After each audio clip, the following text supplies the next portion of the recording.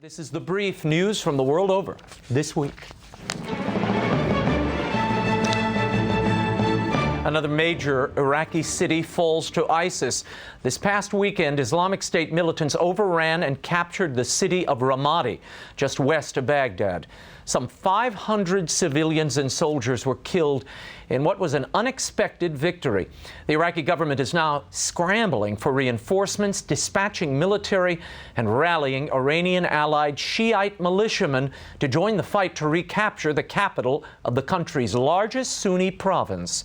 Since Friday alone, more than 40,000 have fled Ramadi, many forced to take the 80-mile trek east to Baghdad on foot.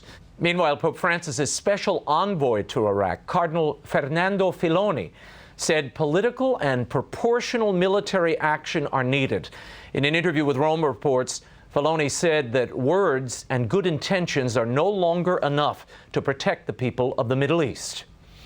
In another stunning triumph on Wednesday, Islamic State militants captured the ancient Syrian town of Palmyra after al-Assad government troops fled the region. Hundreds have been reported killed.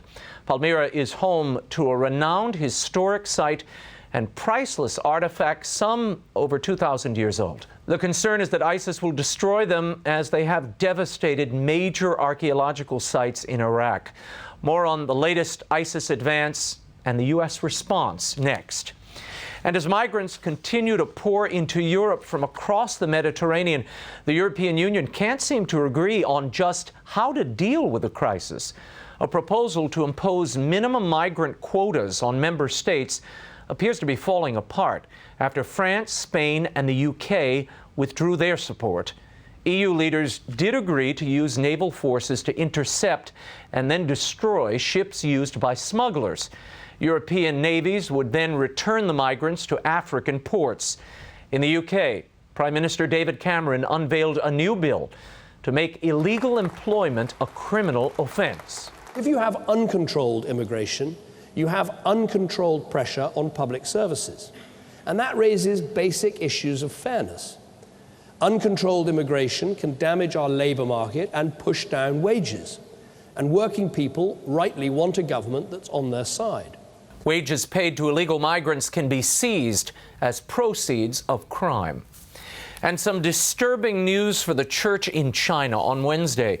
Chinese President Xi Jinping warned Communist Party leaders that religion in China must be independent of foreign influence. In a key policy speech, he said China must manage religious affairs and that religions should be incorporated into the socialist society.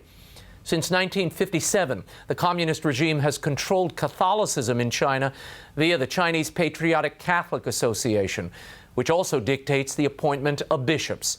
The Holy See has given approval to some of their bishops, but they've rejected others. Hours later, at his Wednesday audience, Pope Francis urged Catholics in China to, quote, be united to the rock of the Church in Rome. It was unclear whether the Holy Father's comments were aimed at the Chinese president's speech.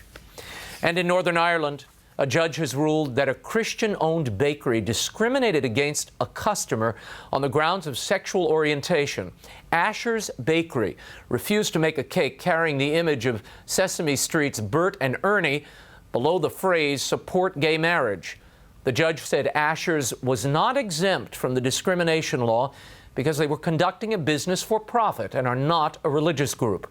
She added that although the owners were genuine and have deeply held religious views, they were not above the law.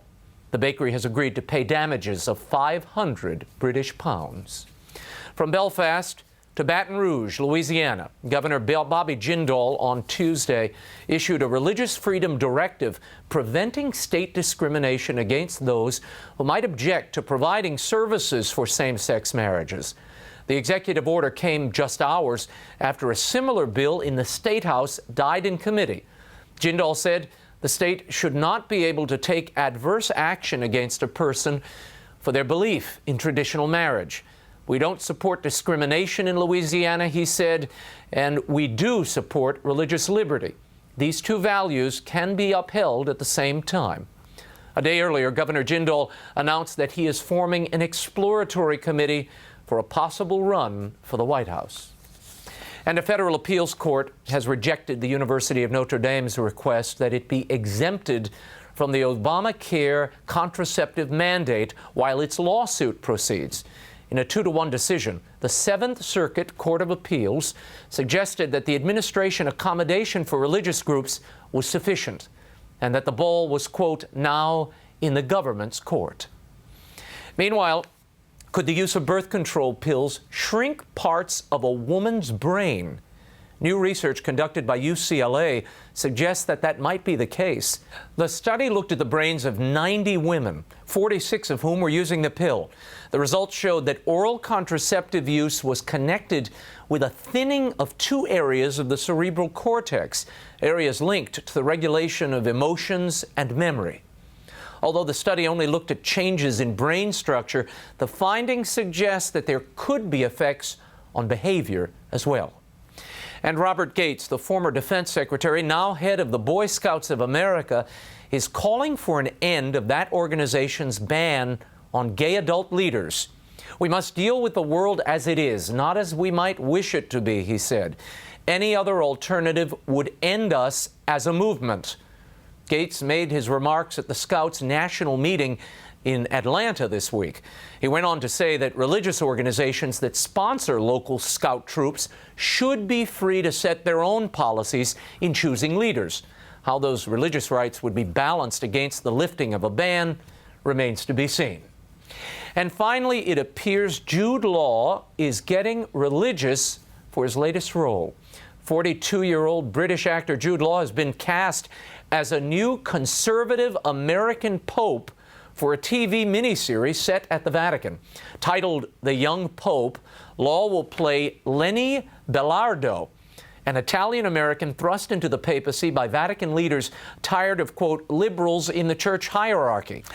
A press statement released earlier this week at the Cannes Film Festival described Law's character as a complex and conflicted conservative in his choices, yet full of compassion towards the weak and the poor, as if those things are mutually exclusive.